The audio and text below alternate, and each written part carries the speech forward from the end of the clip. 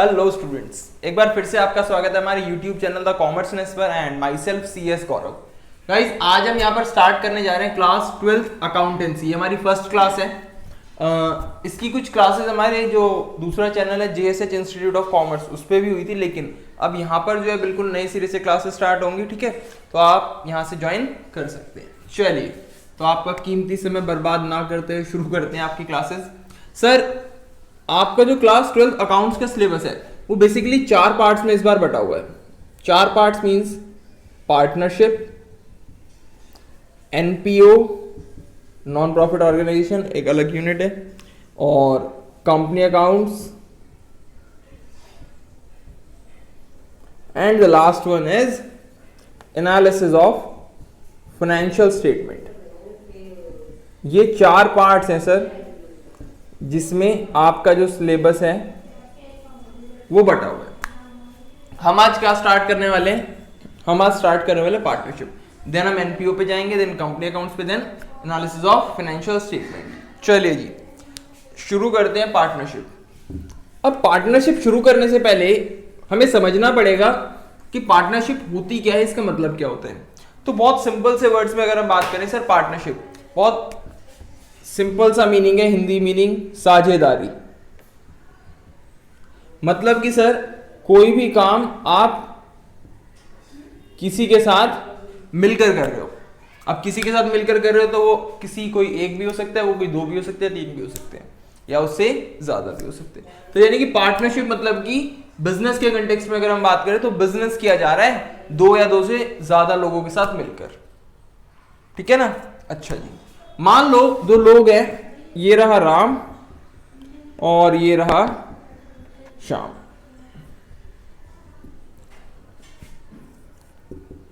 ये रही मीता, सीता नहीं मीता, और ये रही गीता। राम श्याम मीता गीता, या राम श्याम गीता मीता, जो भी लगा लो। इन चारों ने मिलकर सर आपस में एक पार्टनरशिप बिजनेस स्टार्ट किया। ठीक है जी, किसी भी चीज का बिजनेस स्टार्ट किया और पार्टनरशिप में स्टार्ट किया। अब ध्यान से सुनो क्या हुआ। जब ये पार्टनरशिप स्टार्ट करेंगे तो क्या सिर्फ ऐसे स्टार्ट कर देंगे कि आओ आओ आज एक बिजनेस कर लेते हैं? ऐसा तो जरूरी नहीं है भाई। ये क्या बनाएंगे? पहले एक प्रॉपर अग्रीमेंट बनाएंगे। क्या बनाएंगे सर? अग्रीमेंट की हम 4 आज बिजनेस स्टार्ट करने जा रहे हैं, तो हम चारों के जो भी टर्म्स एंड कंडीशंस है वो क्या क्या है, तो अग्रीमेंट बनेगा सर। बिल्कुल, यानी कि पार्टनरशिप जब होती है तो अग्रीमेंट बनता है। उस अग्रीमेंट का नाम होता है सर पार्टनरशिप डीड। लेकिन मान लो ये चारों बहुत ही अच्छे दोस्त हैं, बहुत ही अच्छे दोस्त हैं, इन चारों ने कहा छोड़ यार पार्टनरशिप डीड वगैरह क्या बनानी, ऐसे ही काम चलने दो। तो ऐसा भी हो सकता है कि पार्टनरशिप डीड ना भी बनाए, अग्रीमेंट ना भी बनाए, सिर्फ बोल के ही बिजनेस को स्टार्ट करते हैं। बिल्कुल हो सकता है। तो हो सकता है पार्टनरशिप डीड बने और हो सकता है पार्टनरशिप डीड ना बने। तो इसका मतलब कि जब पार्टनरशिप होती है तो वो पार्टनरशिप अग्रीमेंट के साथ भी स्टार्ट हो सकती है और विदाउट अग्रीमेंट भी स्टार्ट हो सकती है। अग्रीमेंट का नाम क्या होता है? Partnership deed. अगली बात सर, एक बात बताना, इस पार्टनरशिप डीड में लिखा क्या होता होगा? सर पार्टनरशिप डीड में बिल्कुल सिंपल लिखा होता होगा कि अगर प्रॉफिट होगा तो वो कैसे बटेगा, लॉस होगा तो वो कैसे बटेगा, आगे सर कोई सैलरी अगर लेगा तो क्या लेगा। ये सारी चीजें जो पार्टनरशिप से रिलेटेड है वो सब लिखी होती होगी पार्टनरशिप डीड में, जब अग्रीमेंट होता होगा। नहीं होता होगा तो फिर तो ये अपने आप डिसाइड करते होंगे, वो जैसे भी करेंगे। खैर, अब इधर देखो, बुक में कहता है सर पार्टनरशिप का मतलब क्या है। बुक में एक डेफिनेशन दी हुई है। ये समझ आ गया ना कि पार्टनरशिप होती क्या है? सिर्फ 2 या 2 से ज्यादा लोगों के बीच में एक अग्रीमेंट हो भी सकता है, नहीं भी हो सकता। किस चीज को लेकर होगा सर? बिजनेस स्टार्ट करेंगे वो लोग। अब बुक में देखो क्या कहते हैं। कहते हैं सर पार्टनरशिप इज द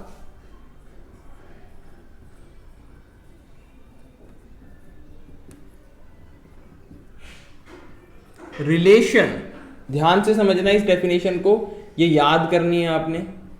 जैसे 11th में अकाउंटिंग की डेफिनेशन याद करी थी ना, accounting is the art of recording, classifying, summarising in a significant manner, वैसे ही आपको ये वाली डेफिनेशन यहाँ पे याद करनी है। कहते हैं partnership is the relationship among two और मोर पर्संस, टू और मोर persons to share profits and losses, profits and losses। और किसके profit and losses? Of losses में लिखा नहीं है, profits of a business carried on by all or any of them। ध्यान से लिखेंगे, शाबाश, बहुत अच्छे बच्चे हैं, फटाफट से लिखते हैं। Partnership is the relationship among two और more persons to share profit of a business carried on by or any of them acting for all. अब इस डेफिनेशन का मतलब समझो, आपकी बुक ने पार्टनरशिप को किस कंटेक्स्ट में समझाया है। सर क्या ये बुक की डेफिनेशन है? अभी बात करेंगे कि डेफिनेशन किसने दी है, लेकिन पहले इसको समझते हैं। पार्टनरशिप एक रिलेशनशिप है, किसके बीच में? दो या दो से ज्यादा लोगों के बीच में, ये हमें पता है। किस लिए वो रिलेशनशिप उन्होंने एस्टेब्लिश करी है? टू शेयर प्रॉफिट्स, के खाना बांटेंगे, वरना वो साथ में मिलकर एक बिजनेस कर रहे हैं, तो बिजनेस में जो प्रॉफिट होगा वो साथ में बांटेंगे। तो उन्होंने रिलेशनशिप एस्टेब्लिश करी है किस लिए?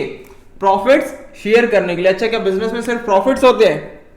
तो याद रखना, अकाउंट्स का एक रूल होता है, प्रॉफिट इंक्लूडेड लॉसेस। मतलब कि जहां जहां वर्ड आएगा प्रॉफिट, वहां वहां नहीं भी लिखा होगा तो हम मान लेंगे लॉसेस। मतलब यदि प्रॉफिट शेयर होगा सब पार्टनर्स में, तो लॉस भी शेयर होगा। तो प्रॉफिट इंक्लूड्स लॉस ऑल्सो। खैर, profits of a business carried on by all or any of them acting for all. कहते हैं किसके प्रॉफिट शेयर करेंगे? एक बिजनेस के। किस बिजनेस के?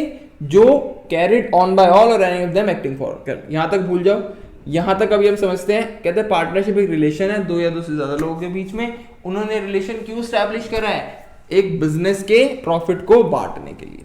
खैर, कैरिड ऑन बाय ऑल, इसका मतलब कि या तो वो बिजनेस कैरिड हो रहा था ऑन बाय ऑल, सभी के द्वारा। सर इसका मतलब क्या है? ध्यान से समझो। इधर चार पार्टनर कौन कौन से? राम, श्याम, गीता, मीता। मान लो इन चारों ने ना एजुकेशन बिजनेस खोला है। क्या खोला है? Education business. ध्यान से समझना, carried on by all or any of them acting for all का क्या मतलब है? इन चारों ने एजुकेशन बिजनेस खोला है, और एजुकेशन बिजनेस में मान लो ये राम जी जो है ये टीचर है, सिर्फ यही पढ़ाएंगे। इसके पास भाई के पास घर था, जगह थी, लैंड थी, इन्होंने वो दे दी। इनके पास चेयर्स थी बहुत सारी, इन्होंने वो दे दी। और इनके पास क्या था सर? पैसा था, पैसा, तो इन्होंने इन्वेस्टमेंट कर दी थोड़ी सी, जो अदर चीजें चाहिए होंगी। तो खैर, अब इधर देखो, इन्होंने कहा भाई मेरे पास जमीन है, तू पढ़ा ले मेरे यहाँ के राम, लेकिन मैं बैठूंगा नहीं, मेरा और भी बहुत सारे काम है तो मैं वहां जाया करूंगा। लेकिन मैं, क्योंकि मैंने लैंड दिया तो मैं इस बिजनेस में हिस्सेदार हूं। राम ने कहा ठीक है। इन्होंने क्या कहा मीता ने कि भाई मैंने चेयर्स दिए तो मैं भी इस बिजनेस में हिस्सेदार हूं। इन्होंने कहा मैंने पैसा दिया, मैं भी बिजनेस में हिस्सेदार हूं। लेकिन अब एक बात देखो, इस बिजनेस को ऑलमोस्ट चला कौन रहा है? केवल और केवल राम। हिस्सेदार सारे हैं, हिस्सेदार सारे हैं, लेकिन एक्टिवली काम कौन करता है? उस इंस्टीट्यूट को, उस कोचिंग को चलाता कौन है? सर केवल ये पार्टनर। तो बिजनेस जो है कैरिड ऑन बाय ऑल है। यहां पे क्या ये सारे चला रहे हैं? नहीं, पार्टनर सारे के सारे हैं, लेकिन carried on by any of them acting for all. तो यहां पे ये कैरिड ऑन बाय ऑल नहीं है। कैरिड ऑन बाय ऑल तो सिंपल हो जाता कि अगर सभी काम कर रहे होते, लेकिन ये सभी काम कर रहे हैं नहीं। तो ये क्या है? Carried on by any of them, कि इनमें से किसी एक पर्सन द्वारा बिजनेस कैरी किया जा रहा है जो सबके बिहाफ पे एक्ट कर रहे हैं। यानी कि राम ही श्याम के, मीता के, गीता के, सबके बिहाफ पे एक्ट कर रहा है। तो बिजनेस दो तरीके के हो सकते हैं। कौन कौन से? या तो जो सब मिलके चला रहे हो, सारे एक्टिव पार्टनर्स हो, इनके सारे मिलके काम कर रहे हो, या फिर कोई एक काम कर रहा हो उन सबके बिहाफ पे। तो any of them acting for all. तो यही ये कह रहा है। तो होप सो आपको समझ आ गया होगा पार्टनरशिप क्या है। सर पार्टनरशिप रिलेशनशिप है अमंग टू और मोर पर्संस, दो या दो से ज्यादा पर्संस के बीच में, जो कि क्या करते हैं? प्रॉफिट शेयर करते हैं एक बिजनेस के, जो कि चलाया गया है carried on by all or any of them acting for all, या तो सब मिलके चला रहे हैं या फिर उन सब के बिहाफ पे कोई एक चला रहा है, जैसे हमारे एग्जांपल में राम चला रहा था। चलिए अब ये डेफिनेशन दी है सर, ध्यान से देखो, section 4 of partnership act, section 4 of partnership act 1932, ठीक है। ये पार्टनरशिप एक्ट 1932 की डेफिनेशन है सर। ये पार्टनरशिप एक्ट क्या है भाई? अभी हमने थोड़ी देर पहले बात करी थी कि जब भी कोई भी इंसान या कोई भी दो लोग बिजनेस शुरू करेंगे पार्टनरशिप में, तो वो क्या बनाएंगे? Partnership deed. क्या बनाएंगे? Partnership deed. लेकिन ऐसा जरूरी नहीं है कि वो बनाए ही बनाए, तो या तो बनाएंगे या तो नहीं बनाएंगे। तो बनाएंगे तो रूल कौन से लगेंगे? पार्टनरशिप को चलाने के लिए रूल लगेंगे वो पार्टनरशिप डीड के ही लगेंगे। कब? अगर उन्होंने बनाई है। लेकिन अगर पार्टनरशिप डीड नहीं बनाई तो पार्टनरशिप बिजनेस को चलाने के लिए रूल कौन से लगेंगे? कौन बताएगा? Partnership act. यानी कि ध्यान से सुनो, पार्टनरशिप एक्ट कब फोर्स में आता है, कब पिक्चर में आता है? जब पार्टनर्स ने पार्टनरशिप डीड नहीं बनाई, ठीक है ना। तो यदि आप कोई भी पार्टनरशिप कर रहे हो और आपने पार्टनरशिप डीड नहीं बनाई, तो आपको रूल्स किसके मानने पड़ेंगे? पार्टनरशिप एक्ट के। और अगर बनाई है तो फिर तो पार्टनरशिप डीड के मानो। चलिए, तो खैर इसके बारे में भी आगे डिटेल में डिस्कस करेंगे, पार्टनरशिप एक्ट। और आगे जब आप बीकॉम में जाएंगे तो पूरा एक्ट आपको पढ़ने मिलेगा, होप सो। चलिए सर, आगे कहता है नेचर ऑफ पार्टनरशिप कैसा होता है? नेचर ऑफ पार्टनरशिप इधर देखना जरा। क्लास 11th में हमने पढ़ा था सर, जब भी हम जर्नल एंट्री करते हैं तो हम बिजनेस को अलग मानते हैं और ओनर को अलग मानते हैं। सेम वही यहां पे भी होता है कि सर पार्टनरशिप जो फर्म है, यानी कि जब पार्टनरशिप का जो बिजनेस का नाम होता है उसको फर्म बोलते हैं। तो जो पार्टनरशिप फर्म है यानी कि बिजनेस है, मान लो इनकी जो ये एजुकेशन फर्म था, इनका नाम था राम श्याम लिमिटेड या राम श्याम फर्म लिमिटेड, तो कंपनी हो जाएगी राम श्याम फर्म, ये नाम था इनका, राम श्याम फर्म। अब ये राम श्याम फर्म ये इनका बिजनेस है और राम श्याम गीता मीता ये चारों पार्टनर हैं। तो कहता है भाई नेचर ऑफ पार्टनरशिप, इसकी जो एंटिटी है वो इन चारों से डिफरेंट है। मतलब कि जब अकाउंट्स बनाओगे तो अकाउंट्स किसके बनाओगे? इन चारों के बनाओगे? इन चारों के अकाउंट्स नहीं बनेंगे, अकाउंट्स बनेंगे रामश्याम फर्म के।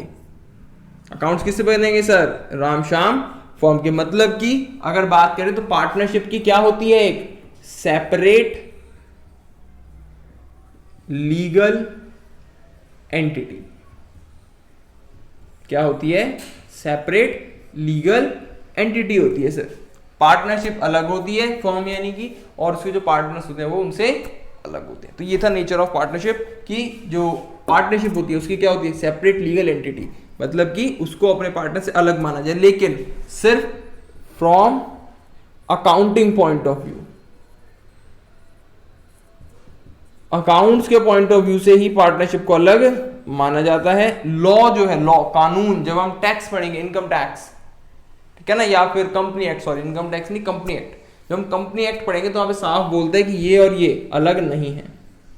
लेकिन वो लॉ की बात है, अलग बात है। यहाँ पे हम कानून की बात नहीं कर रहे, यहाँ पे हम किसकी बात कर रहे हैं? अकाउंट्स की।